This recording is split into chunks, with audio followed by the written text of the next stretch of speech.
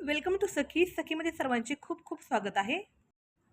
खूप दिवस झाले सध्या ना व्हिडिओ वगैरे शूट करणे काही होत नव्हते, कारण मी आलेली आहे कोपरगावला आणि इकडे माझ्याकडे ना साहित्य वगैरे काही उपलब्ध नव्हतं. पण म्हटलं चला आज छोले भिजू घातले होते, तर म्हटलं चला आज ना छोलेची भाजी बनवूयात. तर मस्तपैकी कुकरमध्ये अर्धा कांदा टाकला आहे, टोमॅटो टाकला आहे, कारण इकडे आम्ही दोघीच राहतो. त्यामुळे स्वयंपाक अगदी थोडासा करावा लागतो, खूप जास्त स्वयंपाक करावा लागत नाही. मी जेव्हा पाथर्डीला असते ना, तेव्हा मग खूप सारा स्वयंपाक करावा लागतो. तर मग रेसिपी पण छान शूट होतात. पण इकडे आल्यापासून मग दोघीच असतो आणि खाली किचन आहे, वरती नाही. त्यामुळे मग थोडीशी अडचण येते.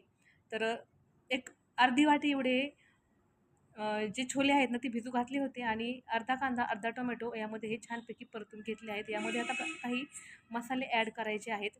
जेव्हा आपण जास्त व्यक्तींचा स्वयंपाक करतो आणि लगेचच आपल्याला कमी स्वयंपाक करायचा असेल ना, तर थोडेसे अवघडल्यासारखे होते.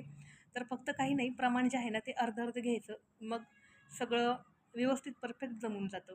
तर यामध्ये मी आता 1 चमचा काश्मीरी लाल मिरची पावडर, 1 चमचा साठवणीतला मसाला आणि थोडीशी हळद एवढंच ॲड केलं आहे. चवीनुसार मीठ ॲड केलं आहे. अर्धा कांदा, टोमॅटो, थोडंसं तेल.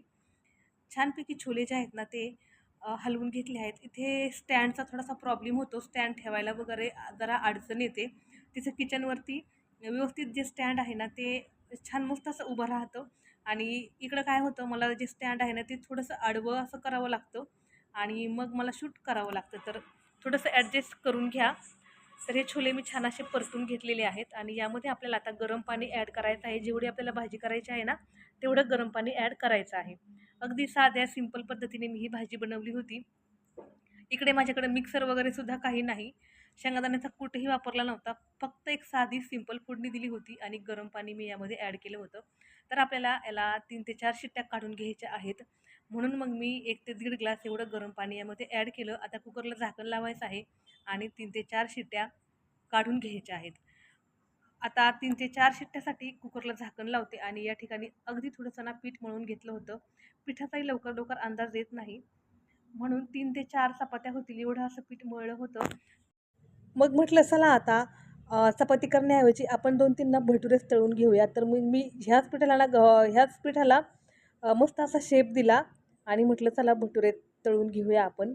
तर ह्याही पिठाचे ना खूप छान असे भटुरे तयार झाले होते.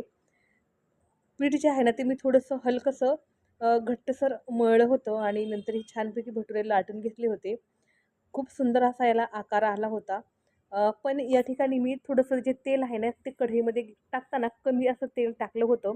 म्हणून ते फुगायला प्रॉपर अशी अडचण येत होती. पण इकडे ना खूप लिमिटेड सर्व साधनं आहेत. त्यामुळे त्यामध्येच मग मला ॲडजस्टमेंट जी आहे ना, ती सध्या तरी करावी लागत आहे. पण खूप दिवस झाले YouTubeवरती माझा व्हिडिओच आला नव्हता. म्हणून म्हटलं चला काहीतरी शूट करणे आपल्याला गरजेचे आहे आणि अपलोड करणेही गरजेचे आहे. जेव्हा मी परत पाचवडीला जाईन तेव्हा आपले रेग्युलर व्हिडिओ येणं सुरू होईल. तर अशा पद्धतीने ना मी छानपैकी भटुरे जे आहेत ना ते तळून घेतले. यामध्ये मी दही वगैरे काही ॲड केलं नव्हतं किंवा इनो वगैरे काही ॲड केला नव्हता. त्यामुळे भटुरे जास्त फुगले नव्हते. पण खायला खूप टेस्टी असे लागत होते. त्यामध्ये जर मी काही ॲड केलं असतं ना, तर नक्कीचे भटुरे खूप छान असे फुगले असते. पण नॉर्मल गव्हाचं पीठ होतं. तर म्हटलं चला ट्राय करून पाहूया. तर भटुरा आपला या प्रकारे झाला होता. 3 ते 4 शिट्ट्या देऊन आता कुकरही रेडी होता. मस्त तुम्ही पाहू शकता खूप छान आणि खूप टेस्टी असे हे छोले भटुरे झालेले आहेत.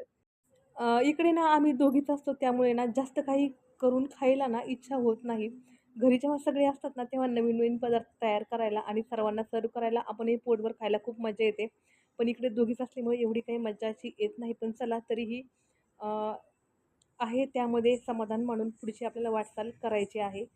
तर व्हिडिओ इथपर्यंत पाहिल्याबद्दल तुम्हा सर्वांचे खूप खूप धन्यवाद. चॅनलवरती जर नवीन असाल तर कृपया चॅनलला सबस्क्राईब करा. अगदी साध्या सिंपल पद्धतीने केलेली ही रेसिपी आवडली तर मैत्रिणींना नक्की शेअर करा आणि कमेंट करायला विसरू नका. धन्यवाद.